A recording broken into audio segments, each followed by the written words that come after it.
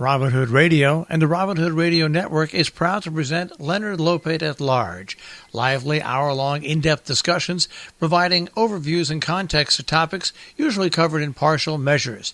His guests include leading thinkers, scientists, artists, economists, farmers, historians, authors, and politicians.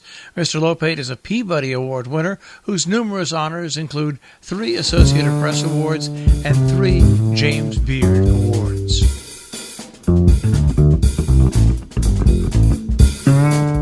Welcome to Leonard Lopate at Large. I'm Leonard Lopate.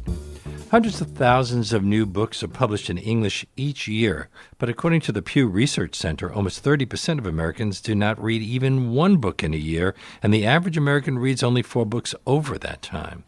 Avid readers make the average that high. Despite that, publishers press on. New presses are launched, and now people can self-publish online.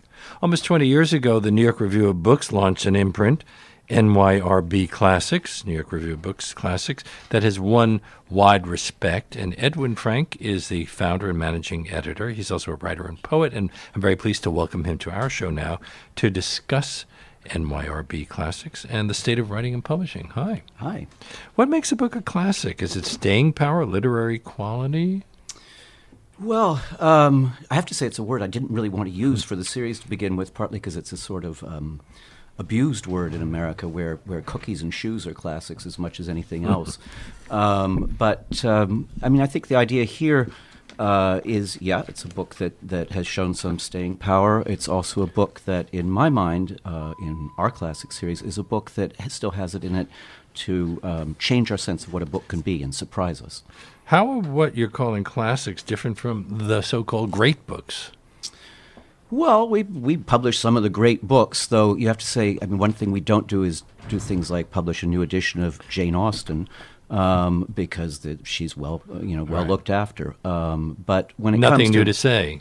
Yeah, well, no, Jane Austen has plenty new to say. She just doesn't need to have a new edition of her from us. But when it comes to foreign books, we do major writers who actually have never made it into English. And I'm looking through your catalog of books that are coming up. I don't recognize a lot of the names, like Joseph Chapsky and Iris Origo. Is it Iris or Iris? Iris. Jean Emery. I think I may know that name. Ivo Andrich. Mm-hmm. Now, these are all originals. That means that, Lev Ozerov, that means that they've never been published in English before? That's right. And do you assign the translation? Or? I do, yeah. So how do you find these books? Well, in various ways. I mean, as I said, some of these writers, like Andrich, won the Nobel Prize, so he's sort of there to be stumbled over. So that's my fault. But otherwise, I get, from a whole range of different people, from other writers, from foreign friends, from translators. Translators often have discovered a writer they really, really want to work on. And also from used bookstores and sort of combing through old stacks of books in smoke-filled bookstores. Still a place you can find people smoking. Some books remain almost unknown by the general public, but are widely popular among those who know them. Are those the cult classics? Yeah, well, I would say that a cult classic. I mean, something like Bukowski is in a way a kind of cult classic, albeit very popular. I mean, a lot of people know him. But yeah, there are cult books of that sort. If it's not Shakespeare, Herman Melville, Jane Austen, or 20 or 30 other greats, how do people see old books? I've heard people say that they don't want to see an old movie because it's in black and white. And a Florida librarian was fired for faking loans of familiar classics that would have been removed from the library's collection for lack of interest. Yeah, and this reminds me of my grandparents' town in the South, where the library was deacquisitioning all the books, but then she finally burned all the Daughters of the Confederacy papers, and that was the end of her tenure as a librarian. But anyway, old books. When we started almost 20 years ago, part of the reason we could is that a lot of books that were on publishers' backlists had fallen out of print because there was a sense, as publishing turned very corporate, that these books were not really of interest. They didn't have enough readership, a bit like The Librarian. I think that's changed a bit now, and there is a real interest in older books. And also, since you keep them in print, a book that you published years ago is still available, even if you only sell 5 books one year and 20 books the next year. That's true. We undertake to keep everything in print, and of the 500 books we've now done, or we've done a few more now, almost all of them do remain in print. It's not because we aren't the ones who put the ones out of print that are out of print. They're beautifully designed. You could arrange them to make a rainbow on your bookshelf. Was that your intention? That was not planned, but it's great that people do that. What was the first title that the New York Review of Books reissued? Or issued? Well, I guess they're all reissued, but many of them are only issued in English for the first time. Yeah, I mean, some of them are actually entirely, are new anthologies, new collections, so in that sense are not at all reissues. But the other books are many of the books are new translations and translations of books that haven't been previously published. The first was a reprint of Edmund Wilson's collection of late Chekhov stories, and that was partly because those are wonderful, long, almost novel-length stories or novella-length stories. Partly, too, because it was one of the first Anchor Press books, and there's sort of a family connection between the two endeavors. Wasn't A High Wind in Jamaica by Richard Hughes, which had first been published in 1929, one of the first titles you reissued? It was. Had it already gone out of print? Was it unavailable, even though I think it's generally considered a classic? It had gone out of print, and it showed up on a list, one of those end-of-the-century lists of the 100 best books in English of Modern the century. Library. Yeah. But the book was out of print at that point. Why would a book so respected go out of print? Well, I think that has more to do with the economies of publishing than it does have to do with anybody's decision that it's not a good book. But basically, it was a backlist book, and publishers were being snatched up by publishing houses were being snatched up by corporations and going public, and they began to ignore their backlists while looking for the big profits from new front list books. Aren't older books often now available online through services like Project Gutenberg or Google? Haven't younger people come to expect some content for free, like music? Well, those books are available. Those are books that are out of copyright. Most of the books that we do are in copyright. We do relatively few where the copyright has expired. I think, it's been an interesting development in the last 5 years that everybody thought, oh no, the e-book is going to completely overwhelm the printed book. But in fact, the e-book sales diminish outside of every year, outside of certain genre titles. Bodice Rippers, 50 Shades of Black, I suspect sells well. A book you would never publish, even if it went out of print. No. I read that more books are published in English than any other language. Mm-hmm. Why do you think that is? Is it because English has become kind of the lingua franca of the world? It has, yeah. And you just have to, to travel around Europe is to hear young people from all sorts of different countries flirting with each other in English. And of course, scientific publications are in English. And that, of course, means that imaginative literature in English gets translated much more all through the world. And indeed, people writing in smaller languages will hope that their book will be translated into English because that gives it a chance of being then translated into other languages. So once it's in English, then people decide to maybe do a translation into Hungarian. Yeah. A look at the New York Review of Books website turns up American and British literature in Latin American, Russian, Hungarian, but there's also science fiction and science and philosophy together. That must be because we publish relatively few titles in both of those areas, though we do. One of my guiding editorial principles is to mix things up, and that readers read all sorts of different things and all sorts of different kinds of books, and make you see other books differently. There's a category for literary fiction. What distinguishes literary fiction from other kinds of classics? Yeah, well, that too probably is some sort of catch-all which just holds all the things that don't fall under under languages and so on. It's become a way of saying, this is a serious book as opposed to just a not so serious book. Frankly, it's not a category that I would particularly stand up for. I think an interesting thing is that books published in which might once have been considered unserious, like science fiction, can turn out to be amongst the most inventive and exciting books, the best literature that is written at a given time. And we see trends. For a while, science fiction was dominated by Americans, then by the British. Soviets had a big line in science fiction Yes. too. Yeah. Well, are there great books that still haven't been published, or I'm assuming some are Other out there than the that ones need that haven't better been written translation? yet, but yeah, tons. There's never an issue, never a moment where I think there's nothing more to do. There's something interesting that always turns up. Well, my brother and I often disagree about the quality of translations. He likes the translations that were done close to when the author wrote the book. So he likes Constance Garnett more than I do. She sounds kind of clunky to me sometimes. Or Edward Whaley, who felt that it was perfectly okay to add his own translations are a problem anyway, aren't they? Because we're never really getting the original book. We're always getting the translator's version. Yeah, well, the translator is in some sense the writer of the translated book, which is, but always in a way, always also answerable to this book in that other language, and how the translator will imagine, because it's also an act of imagination, really, that relationship between her and the other, the other language is some of the interest of seeing how a translation turns out. So if you discover that Arthur Whaley, for example, in translating Genji, threw in people lying on pillows on the floor, which wouldn't have happened in Japan at the time, is that something that would stop you from publishing that translation, even though it's considered a classic? Well, no. I mean, I think there are translations that become works of literature in their own right. I think the most, Whaley is an example. Scott Moncrief's Proust is another example. It isn't, again, the translation has to be, in some sense, an act of reimagination.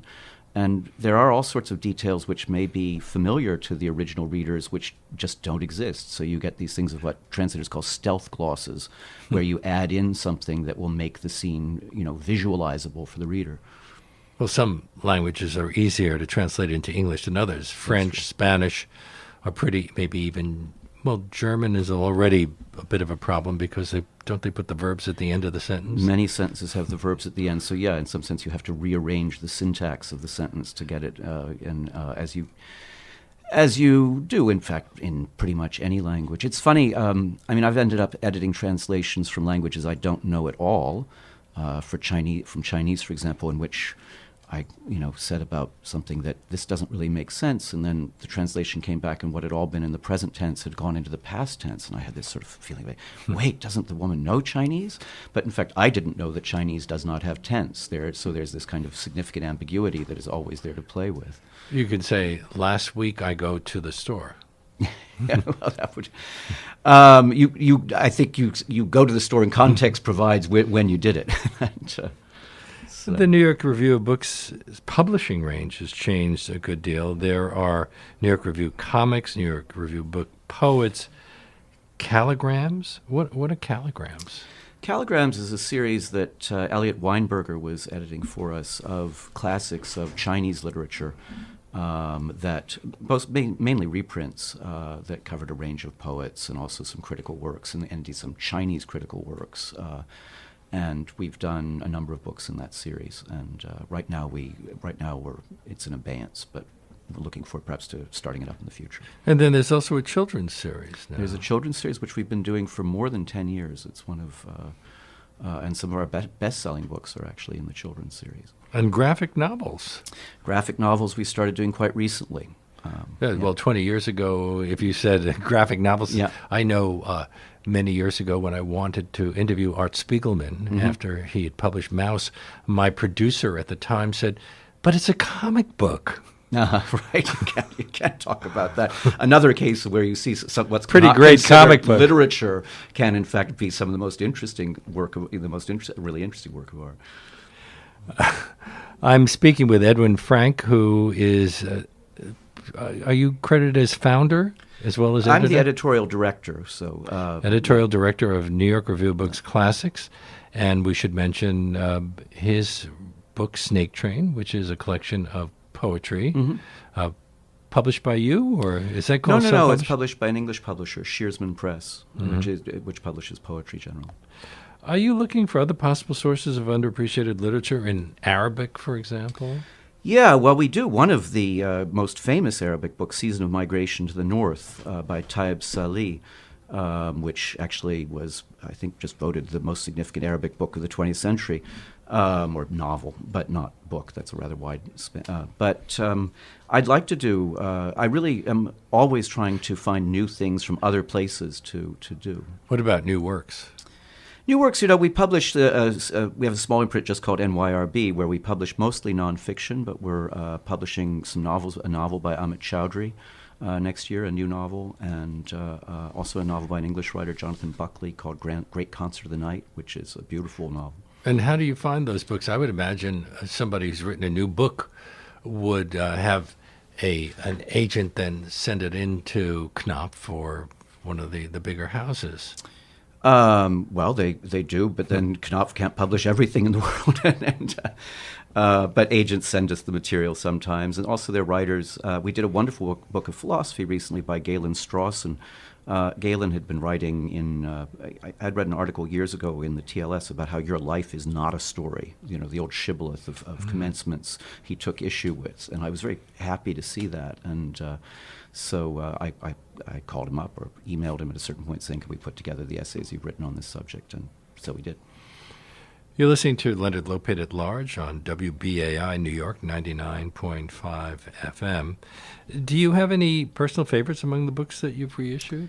Yeah, well, for me, the Chinese writer Eileen Chang was a great discovery. I had never heard of her at all, and she's a figure of immense, it was immense in the larger Chinese diaspora, and with a fascinating life, and also a writer of great color and insight into people's relationships. How did you come across her?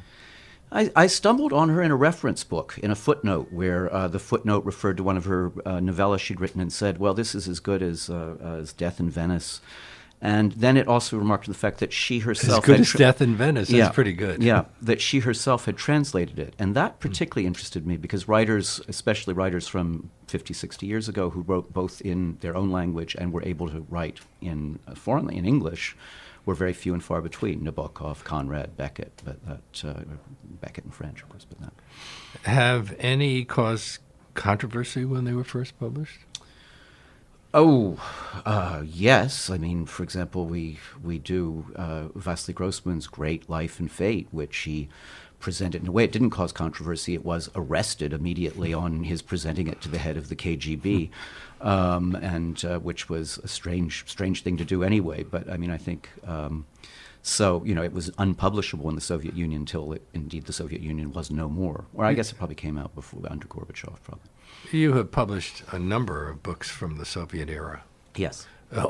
In some cases from prisons. Yeah.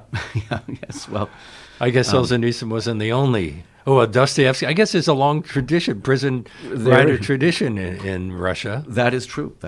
Starting with Dostoevsky's House of the Dead and I mean, parts of Life and Fate are set in camps, both Soviet and German.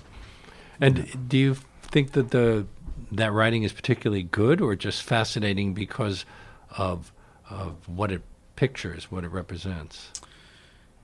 There are testimonials that are interesting as testimonials. For example, the book we're publishing by the Polish writer Joseph Chapsky, In Human Land, is a great book, but it's a great book as an act of witness, and not particularly as a work of style.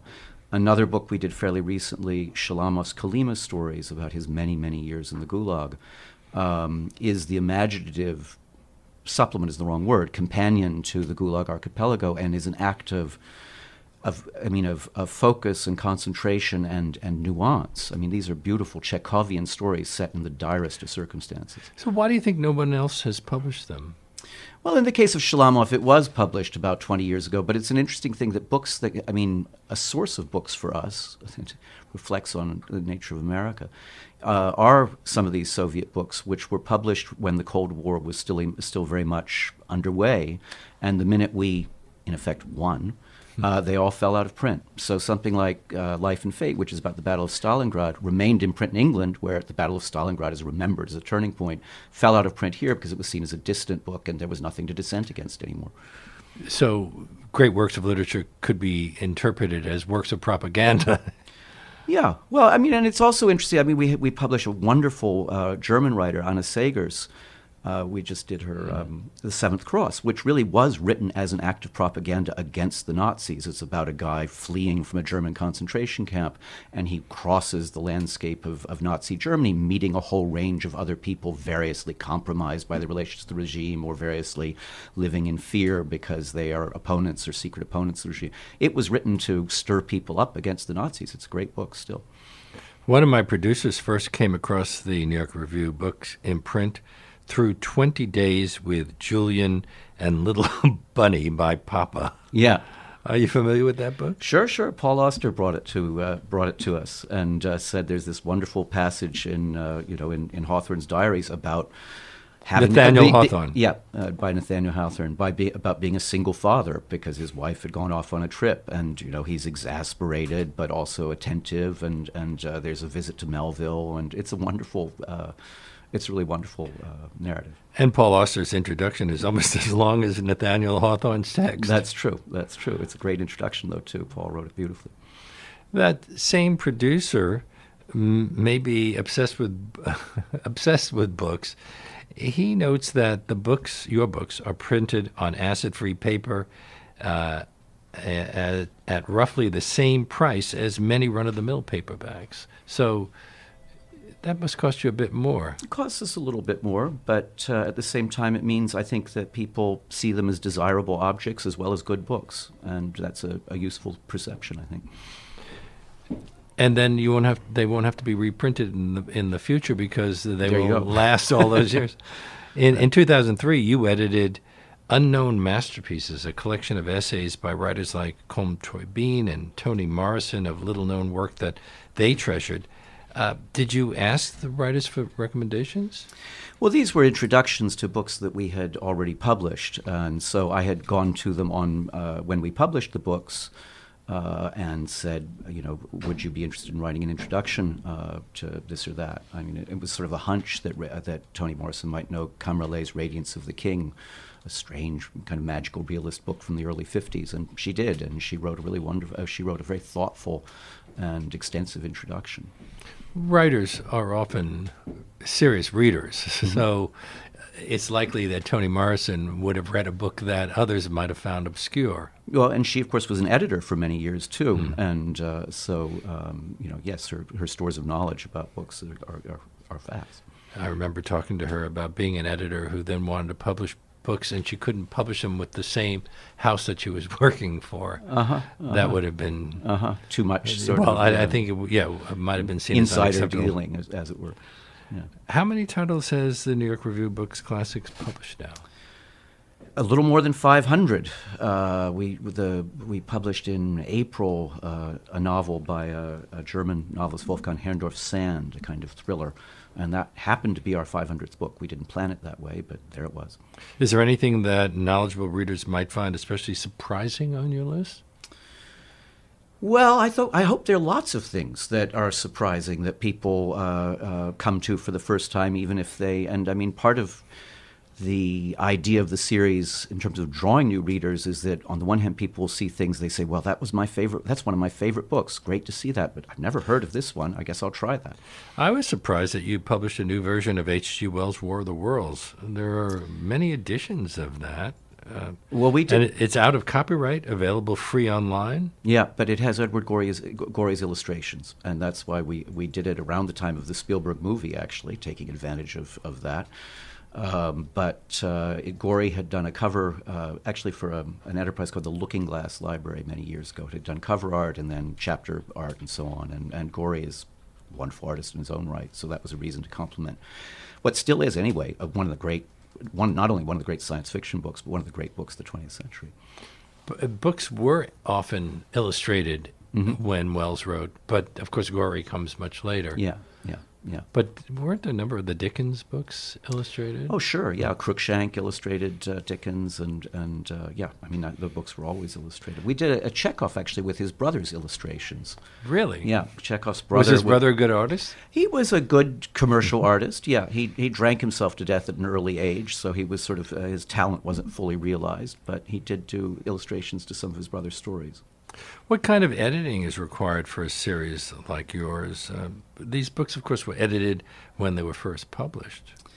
Well, translations can require a fair amount of editing in the sense that whole, just like any other, as I said, a translation is an act of fidelity, but also of the imagination, and the editor, needs to be the first reader in the new language and needs to say, this is working or this isn't working.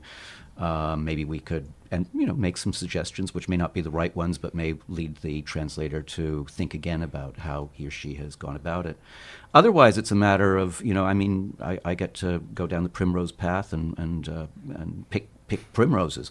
Well, that producer I mentioned earlier, the one who loved 20 Days with Julian and Little Bunny by Papa, worked at a leading publisher years ago, and he says a retired editor discussed the old days, saying that when she started, a book was put out when it was ready. Mm-hmm. Is there far more pressure now to just publish and publish fast?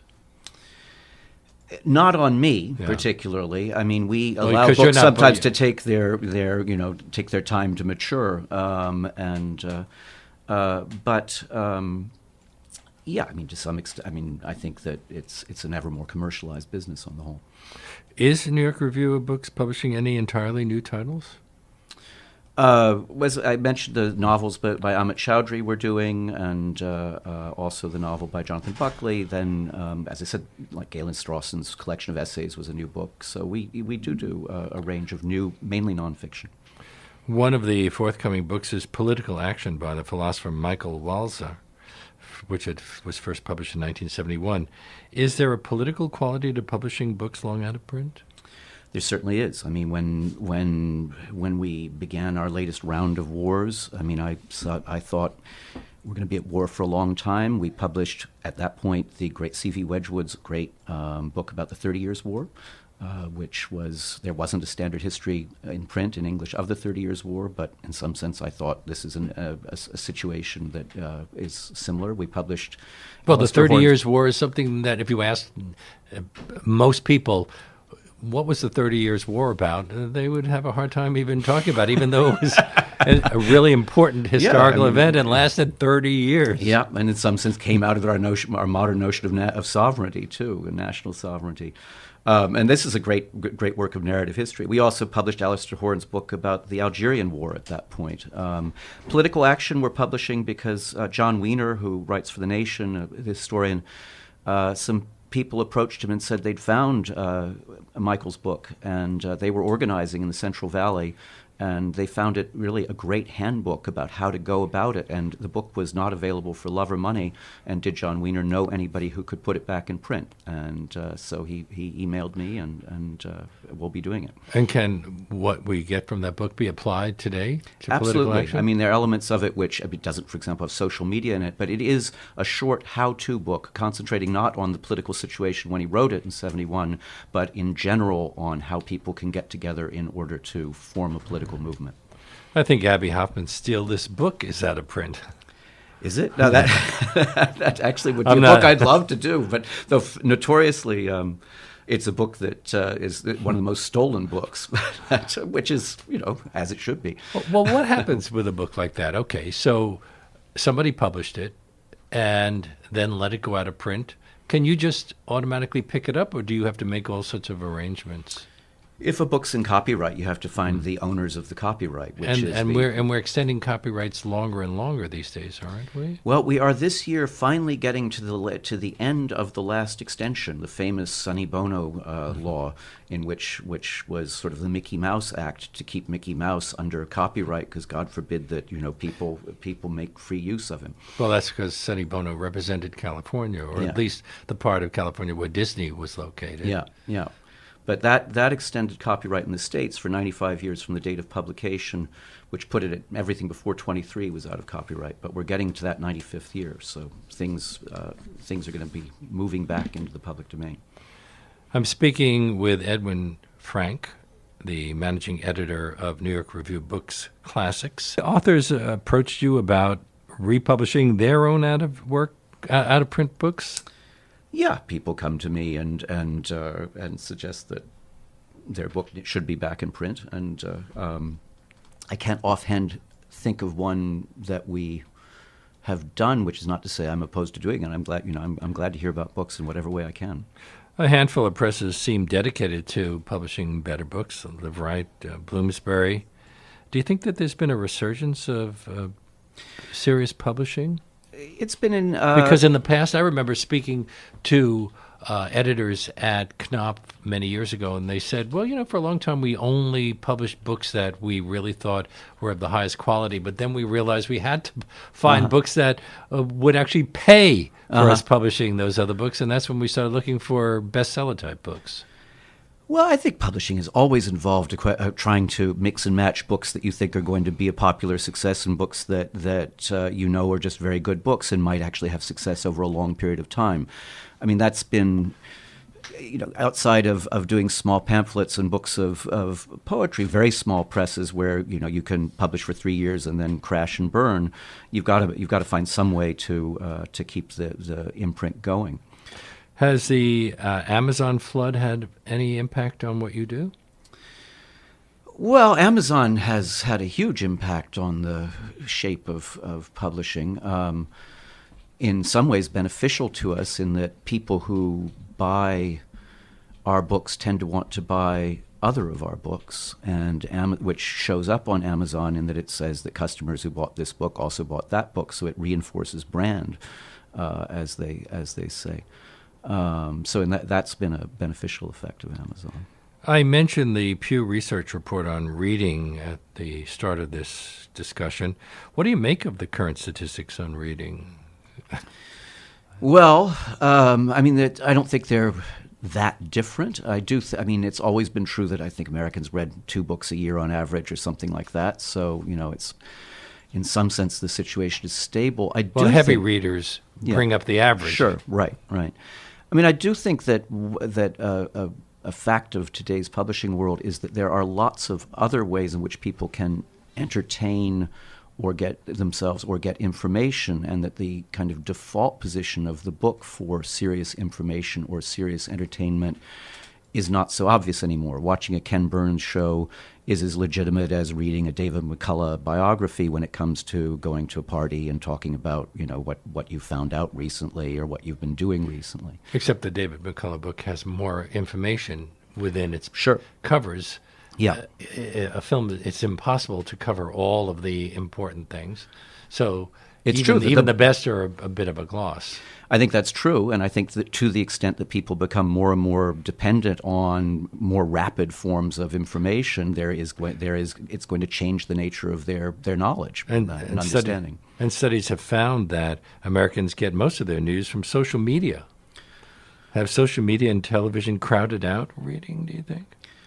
I think television. I also think certain kinds of video games, they're very sophisticated video games and so on. Sure. I think they have begun to shape how people learn about the world. According to Pew, people who are less well off are far less likely to be reading. Do people in the lowest rungs of the income ladder have time to read or even go to the library, which is where poor people tended to get books in the past? Well, and libraries, of course, are more and more being reformed as communication centers where you have lots of computers and access to those things, which, of course, is another step in which the book is in a way marginalized in people's experience. People on lower income, education and income, of course, correlate, and education is in many ways exposure to books. So. A mass market paperback can cost $15, which is 2 hours of work at the federal minimum wage. So some people probably can't even afford to buy books. Do classic books have an image like classical music, perhaps unfashionable for the average reader? Yes and no. I mean that it is a minority taste in a way. On the other hand, it's an advantage.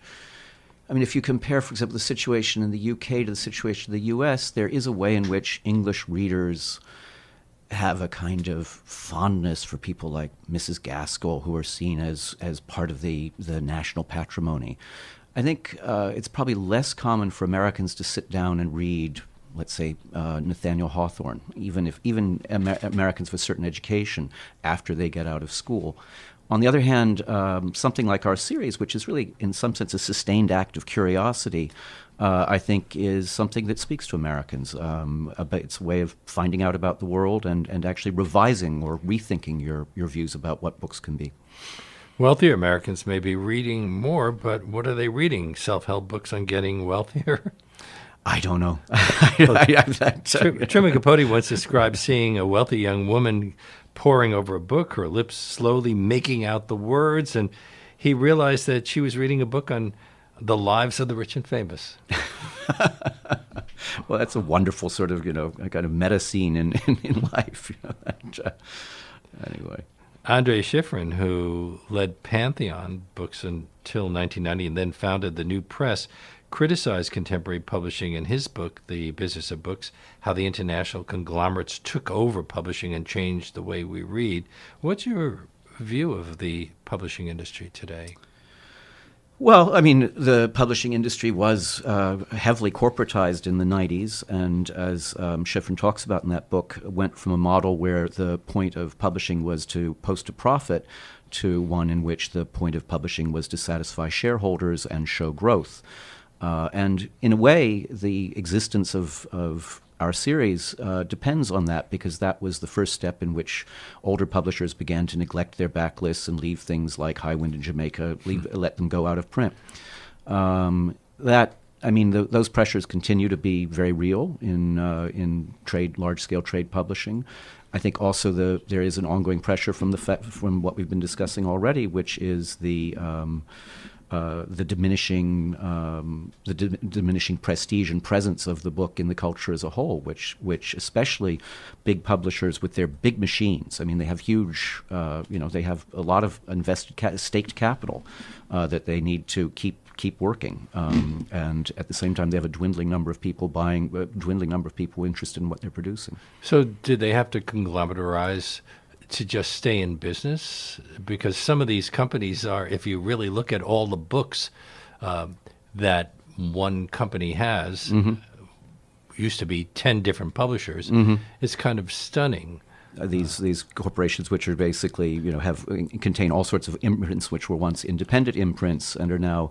I mean, it is an interesting feature that the big corporations keep alive these old imprints and sort of compete within themselves, and that I think is partly just because you need. I mean, publishing will always require intelligent editors, and this is what publishing calendars as much as publishing and animal books as much as publishing literature, who just have an eye for what's an interesting calendar, what's an interesting pet book, and so you need, it's. I don't think robots are going to take over that soon, though no doubt eventually. Well, Rupert Murdoch owns one of the largest book conglomerates, but he hasn't done to it what he has done to his broadcast companies. No, though he has special imprints that also publish books that complement, those things. But then right-wing publishing, a big publisher will want to have a right-wing imprint. And indeed, you run into interesting books, publishers that have been traditionally conservative, publishers like Regnery. One will find, those publishers have published some great books over the years. The conservative tradition being a real tradition, in some ways a rebellious tradition sometimes. I think of Max Picard, who wrote a wonderful book about silence, which Regnery has put in print many, many years ago, 50, 60 years ago. Is silence something that conservatives treasure? Oh, I don't know that it's. I mean, I think Picard was a religious writer, and I think it was a Catholic imprint in those days, and may still be. But and so, silence, of course, does play an important role in the religious life, and so in that sense, I think that's how the book came out with a conservative. Andre Schifrin founded the New Press as a non-profit. Does the New York Review of Books Classics aim to make a profit? Yeah, we are in business. We're not a nonprofit. Nonprofits are also in business in that they want to sell their books. So, a point of publishing a book is to actually get a public for the book. And you also have to pay for the printing and all the rest, the typesetting. Yeah.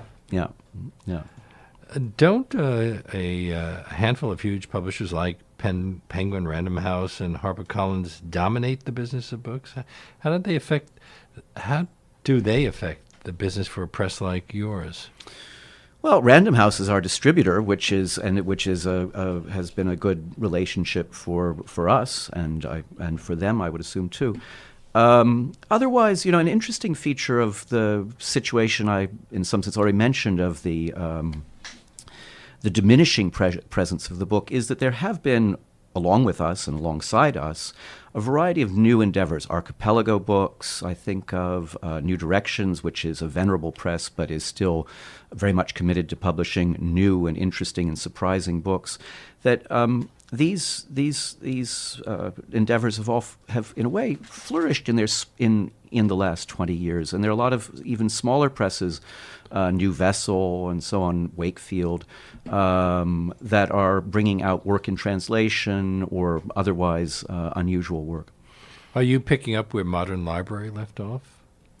Or were they more concerned with the real quote classics? They were more interested in publishing books for classes and in some classroom classics, as it were, canonical classics, if you will. Though they also did, they helped to shape taste, especially in the 30s when they began. I don't remember when Modern Library first published Kafka, but when they did it would have been not that long after Kafka wrote, and it was a statement about, a relatively new writer who mattered. Yeah. A writer who didn't have much success during his lifetime. No. There are any number of writers only became famous after they died. That's true. Painters as well. Do you see the publication of classics as a business, or is it a calling, a mission in some sense? Oh, I think it's very much a mission. It's a business in order to keep doing it, because one needs to be able to get the books out there. But the point is to get these are good books, and I want to see people reading them. Didn't you start a small press in the 1990s? I did, a small poetry press with a fellow poet, Andy McCord. Can you have a large poetry press? Not. I think you need to have it'll be a nonprofit if you're going to do a large poetry press. Wasn't there a time when large publishers used their bestsellers to support fine books that didn't sell? Do presses now seek a profit out of every title that they publish?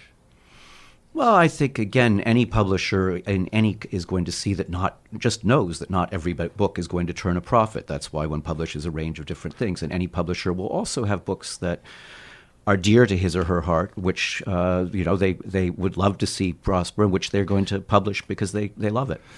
There's a handful of super best-selling authors like J.K. Rowling and Stephen King. Does the process of a few authors affect the prospects for authors who sell less, even if their work is considered good? No, I don't think. I think it's one of those cases where the rising tide, lifts all boats. But it's good that people read Stephen King, who's after all an interesting writer in his own right. So too is J.K. Rowling. These are figure people with. I don't think it's a real problem. So if a J.K. Rowling book goes out of print, you might consider. I don't have to cross that bridge yet. Given the number of books being published, aren't the odds of a particular title being stocked in a bookstore, the dwindling number of bookstores anyway, quite small? So how do readers become aware of books? Well, that is a difficulty, though. I should say that we're going through, in a way, a good time for bookstores, at least in urban America, where independent bookstores whose numbers were dwindling are expanding, and are seeing people are going to them and using them as places where they can meet similar like-minded people and find out about things that they care about. But sure, getting shelf space in a bookstore is a real concern for any publisher, and we try and meet it partly by having a recognizable design, and we hope an appealing design. And indeed, bookstores will will put our books apart and together from other books, which is helps to sell them, and which makes us happy. The independent bookstore boom, to some degree, is the result of the closing down of a lot of bookstores by the major chains. Yeah.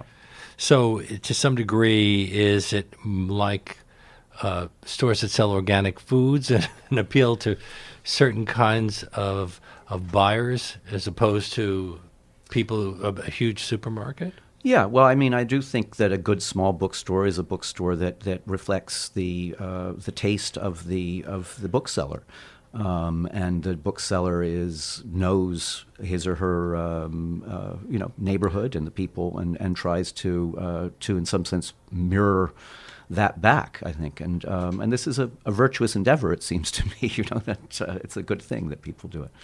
My guest on Leonard Lopate at Large today is Edwin Frank, who's the managing director of New York Review Books Classics.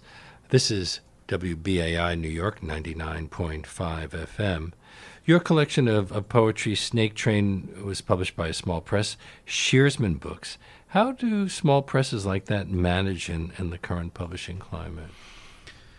Well, I mean, I think in some sense, small publishers find their own ways of coping. It's very much an individual business.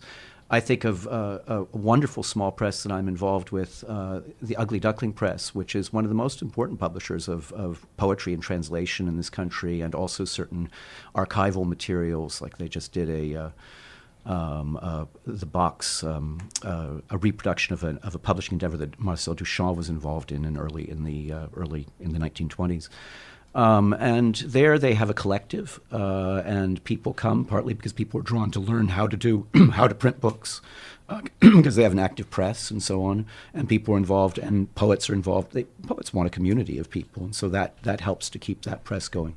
Well, as you mentioned earlier, Shearsman is based in Britain. Do you know whether the publishing climate is different in Britain than it is in the United States? Well, I think it's quite similar, I think most publishers would say, but there is, however, state support for publishing of translations and poetry. So the independent publishers of poetry in Britain, which along with Shearsman include Carcanet and Blood Axe, these are all English imprints, all receive a fair amount of Arts Council support, which is funded, I think, through gambling chiefly now. And that, of course, is a complete difference from this country. We do not and have never had any kind of government support for the publishing of literature or any kind of book. Since we have had government support of public broadcasting, although that is no longer what it used to be, why do you think literature has gotten short shrift? Is it just that it didn't happen when it should have, maybe 100 years ago, and it's too late now? Well, I mean, most culture, even though there is support for public broadcasting and some support for, for music and things like that, again, the U.S. has typically been a country where people are supposed to make a go of things as a business, and that's a sign of being the real deal. A phrase that in its own right suggests just how business-minded we are. I think that just is a feature of American culture, which anybody interested in the arts, which has got to struggle with. Robert Frost said, poetry is what gets lost in translation. What about translating poetry, since poetry so often relies on the sounds of the words? Yeah, well, I mean, it is a more intensive act of reimagination than, in some sense, the act of reimagination that I described is involved in translating a novel. You really have to find a sound for something in a new medium, which is to say a new language. But there are wonderful translations. Ezra Pound's Cathay is not only a wonderful translation, it's one of the defining works of poetry in English of the 20th century. And it's not entirely faithful to the original, but it's a beautiful piece of work of poetry. Didn't he translate some Chinese poetry to duplicate the sounds of the poetry rather than the meaning of the words? Pound didn't. Homonymic translation. The great feat of that is Louis Zukofsky's Catullus, which he translated all of Catullus's extant poems using English words that sound similar to the Latin words, but so totally different meaning. Yeah. People can now publish books by themselves through the internet. Do you have a sense of how that may be changing publishing? I think it's still. We'll have to see. It obviously allows certain people who have been squeezed out of trade publishing to sometimes find an audience, and there are various stories of that sort. That can be for better and for worse. Well, self-publish often is the death of a book. Yeah. I know, as somebody who has talked to a lot of authors, sometimes I've had producers say, well, this is a self-published book. How can it be any good? But aren't we all supposed to have at least one book in us? Yeah, I suppose we all think so. I mean, of course, there's a great example of a self-published book is Whitman's Leaves of Grass, and it is pretty good. Yep, pretty good. Didn't Proust originally publish his? Proust helped to pay for the first volume of Remembrance of Things Past, or In Search of Lost Time, but he had actually a legitimate publisher, Grasset. He also had a lot of money. He had a lot of money. Now, I have the fall and winter New York Review books catalog here. Are there any? I mentioned a few of these books, many of them originals. Are there any here that you definitely are excited about? Well, I'm especially excited about what is the single biggest project we've ever undertaken, which is the translation in 2 big volumes of the German writer's, his last name is Johnson, spelled the same way we spell it, though pronounced Janssen in German. And his first name is the somewhat confounding Uwe, Uwe. But it's a book called Anniversaries. It's Uwe. I've always wondered. I always thought it was Uwe. Yeah, no, it's Uwe. Uwe Janssen, Uwe Johnson, if it were.